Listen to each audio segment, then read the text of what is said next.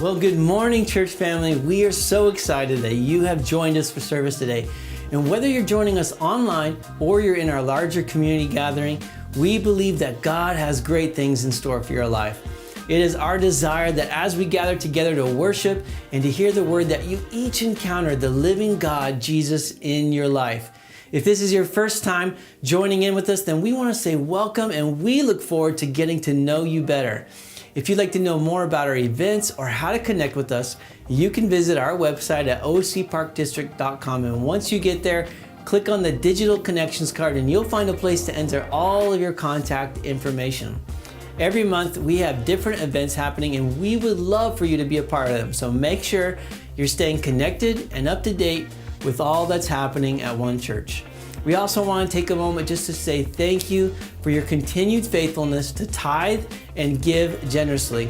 Every time we give, it's a direct reflection of the generous work that Christ has done in our lives. If you'd like to know more about how to give, you can visit our website at ocparkdistrict.com, or you can text GIVE to the number on the screen. Now, let's turn our hearts to the Word.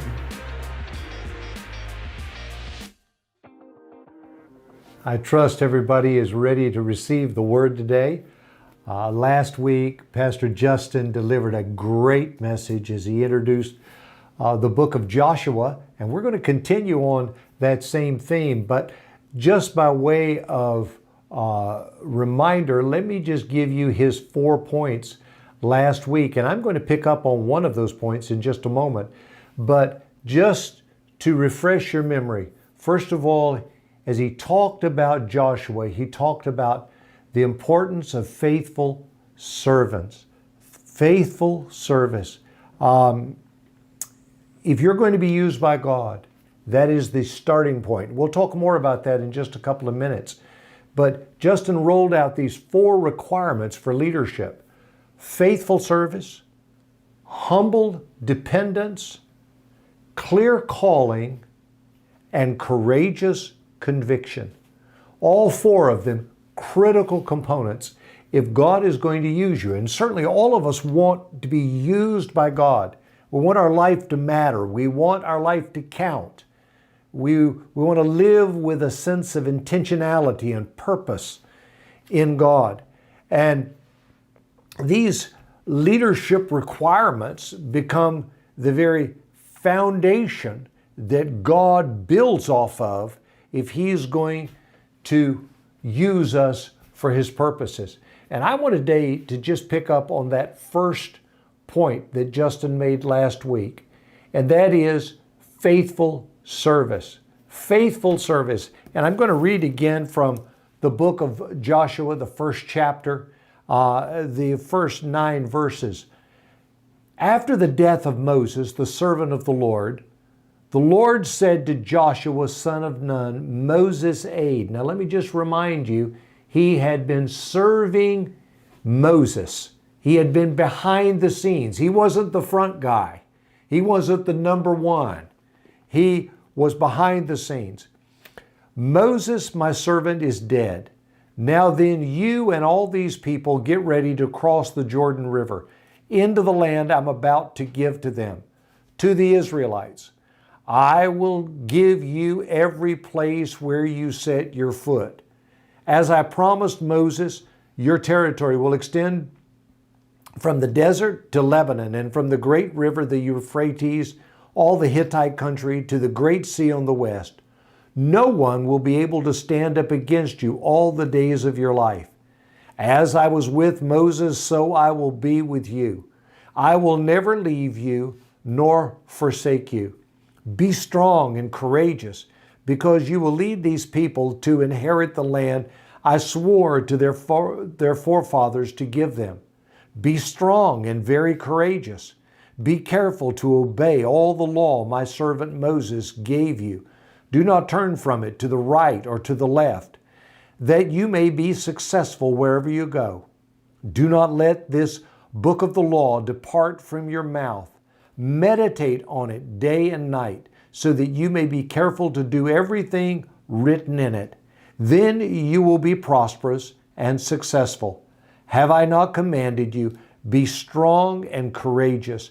Do not be terrified. Do not be discouraged, for the Lord your God will be with you wherever you go. Now, I want you just for a moment to put yourself in Joshua's place. Now, Joshua has been serving behind the scenes. He had seen all that God had done as they left Egypt. He had been in Egypt. He, along with Caleb, who were the two closest to Moses, had served and had been serving now for 40 years. Joshua had witnessed the miracle of the Red Sea. He had witnessed the incredible provision of God of manna. He had witnessed the quail that they were eating in the wilderness.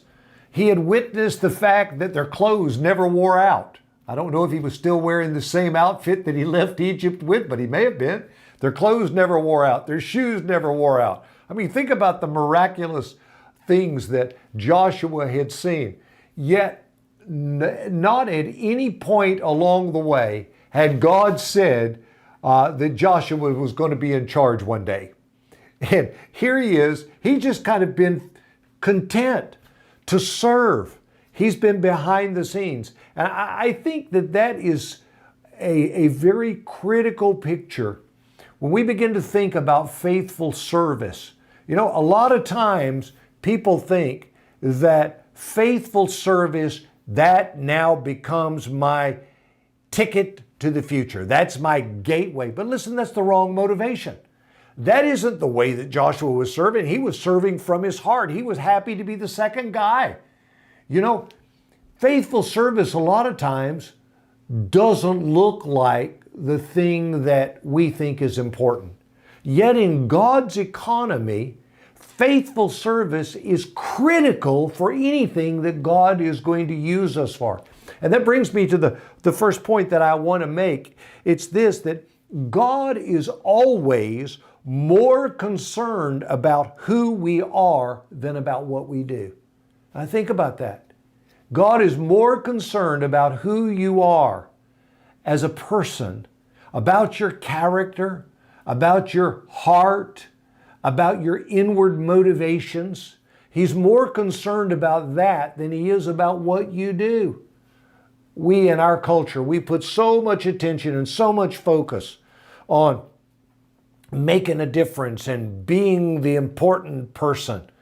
And it's unfortunate, but we a lot of times put our attention on trying to climb the ladder of success, to get that position and to get that prestige and to get that power. That's the way the world thinks, but that's not the way God thinks. God is looking for somebody who's willing to be invisible. God is looking for somebody who is willing not to be the front guy, not to be the one that is always looked to. I find that amazing when you begin to think about leadership. And here Joshua was, serving for years behind the scenes, not being the number one guy. And yet Moses dies, and who does God turn to? Not the guy that seemingly was the most gifted, but the guy that was just there. Now, there's a lot about Joshua that we can unpack in these passages, but certainly Joshua, when you begin to just these 9 verses that I read, you begin to get a little snapshot into who he was. He was not a guy who was bold by nature.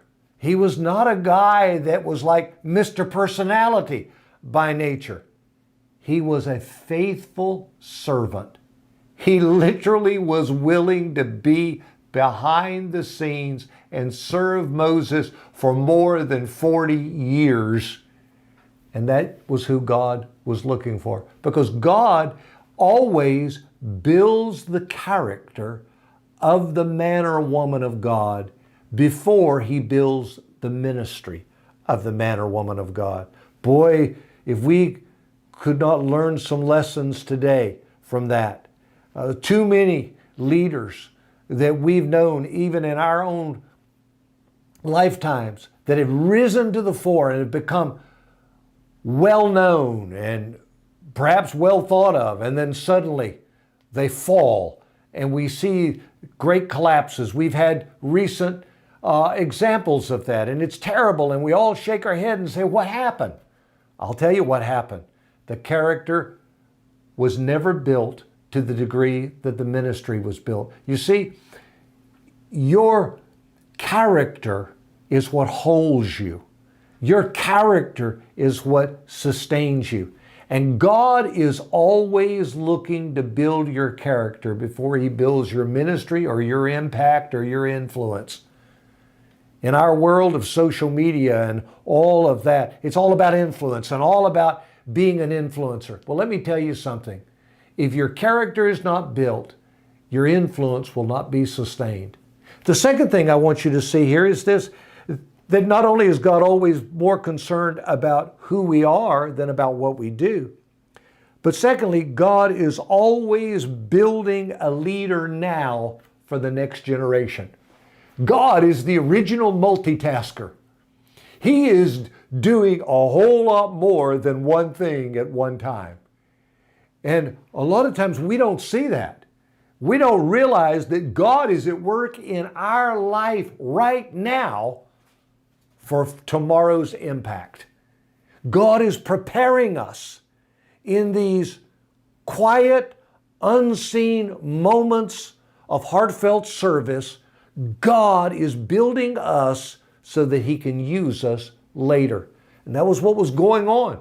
Joshua didn't know that he was being prepared and groomed by God to take over, to be the guy that would replace one day Moses. I'm sure if someone would have said that to Joshua, you know, you're going to take over for Moses one day, he'd have probably shaken his head and said, not me, you got the wrong guy. I'm not like Moses. But no, God was building a man for when Moses was off the scene. And I want to ask you, are you willing to be prepared now for what God wants to do tomorrow? Are you willing to position yourself under the hand of God that he can shape and form and build your character so that he can use you tomorrow? So important that we recognize this, that faithful service becomes the foundation through which God builds the superstructure of our lives. It's the unseen and hidden moments, the things that a lot of times people don't pay a lot of attention to, yet God is paying attention. You remember when God was looking for someone to go kill a giant called Goliath. Where did he look? He didn't look on the front of the battlefield. He didn't look in all the positions of importance. He looked out in a field at someone taking care of his father's sheep, and he chose David. That's the way God works. God is building the character and preparing the person when they least think that they're being prepared. And God is at work now in our lives to prepare us for the next season. The third principle I want you to see is this, that God always chooses his leaders from among the faithful. God's not choosing people based on giftedness. God is not choosing people based on popularity. God's not choosing people based on all the things that the world looks at. In fact, Paul makes that clear, that the world is looking at the outside, the things that are wise, and the things that are noble, and the things that are important to people. But that's not the way God looks. God looks at the heart. God looks at the inward side. And so God is always choosing his leaders from the place of faithfulness, from among those that are willing to serve behind the scenes. I think about so many of you who have worked so hard and so diligently to make sure that, one church, Park District particularly, becomes all that God wants. Those that are serving set up and tear down, and those that are serving in children's ministries, and those that are making sure that coffee gets set up and that things go well, or those that run sound or video, all of those places that a lot of times don't look like the place that gets the attention. But I want to tell you something. Heaven watches. Heaven records. God pays attention to our faithful service. So draw encouragement from that. Draw strength from that. I think when we stand before the Lord one day and we get those well dones, there's going to be some people at the front of that line that we're going, who are they? They were the ones that were behind the scenes that nobody else knew. They were not the ones that were first in line. They were last in line. And yet God was watching.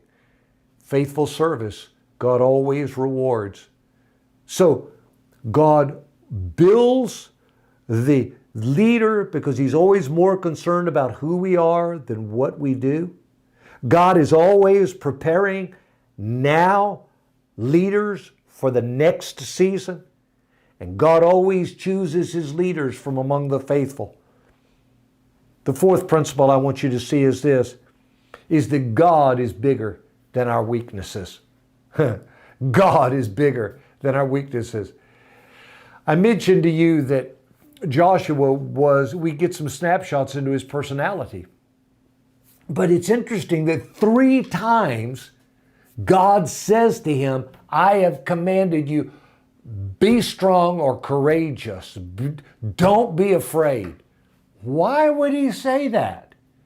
Because Joshua's tendency was not to be courageous. He was somewhat timid. He was somewhat fearful. His personality lent itself more towards being timid and afraid than it did being bold and courageous. And God had to remind him 3 times. He's telling him. Why? Because God is bigger than our weaknesses. Listen to me. It doesn't matter how gifted you are, how talented you are, how much natural ability you've got, how many people think that you are the sharpest intellectually or the most outgoing in your personality. None of those things matter in the economy of God. What matters is this: the man or woman who understands that God is bigger than their weakness. God is bigger than our deficit. Oh, listen, how many times I've thought about myself and I've thought, God, if I were calling the person being the one calling, I wouldn't have called me. I would have chosen somebody else. How many times I look at leaders and have the privilege of meeting and getting to know leaders whom God has greatly used, and they all say the same thing. If I was God, I wouldn't have chosen me. I would have chosen somebody else. Why? Because we are become acutely aware of our inadequacies. But you know what? Those inadequacies are only the springboard to God dependence. You see, when you understand that you're filled with weaknesses and shortcomings, it fuels a greater dependence on God. And one thing that God is not after self-dependent people. God is looking for interdependent people who will lean on God, trust God. Say, God, I can't do this, but you can do this. God, I'm not big enough for this task, but you're big enough. Because you see, God is always bigger than our weaknesses and our limitations. And the fifth principle that I want you to see is that God's presence always makes up the difference and fills every gap. What was God's answer to Joshua's weaknesses and challenges and questions and perplexities? What was God's answer? I'll be with you. Oh, I'll be with you. In fact, he says to him, he said, just like I was with Moses, I'm going to be with you. You've got some history in me, Joshua. You've seen a few things. You understand my power. You've witnessed it. But I just want to tell you something, Joshua. Just like I was with Moses, I'm going to be with you. Oh, let me tell you something today. There is no shortcoming. There is no weakness. There is no inadequacy that cannot be made up for by the presence and power of God. Oh, I cannot tell you enough how important it is for the presence of God. You see, that was the answer when God spoke to the children of Israel, and Moses in particular, to go up. Again and again, you see that through the scripture, this concept, this thought. God, I'll go if you'll go with me. God, I'll go if you'll be with me. Listen, we long for the presence of God. You and I were made for the presence of God. And when the presence of God is with us, suddenly the impossible becomes possible. Suddenly, all of the things that are unlikely in the natural to happen become reality. You see, God takes the natural and His presence produces the supernatural. All we have to do is yield ourselves to Him, and God will make up the difference. He'll fill every gap with our presence. Let me just quickly remind you of these 5 principles of faithful service. God is always more concerned about who we are than about what we do. 2, God is always building a leader now for the next season. Number 3, God always chooses His leaders from among the faithful. Remember 1 Corinthians 4:2. One thing is required of a steward, that he be found faithful. Number 4, God is bigger than our weaknesses and limitations. And number 5, God's presence always makes up the difference and fills every gap. My prayer is this, that you will take hold of these principles of faithful service, apply them to your life, and don't wait till tomorrow. Say, I'm starting now. If you've not plugged into an area where you're using your gifts and serving, now is the time. Step in and watch God at work in your life. God bless you. Have a great day.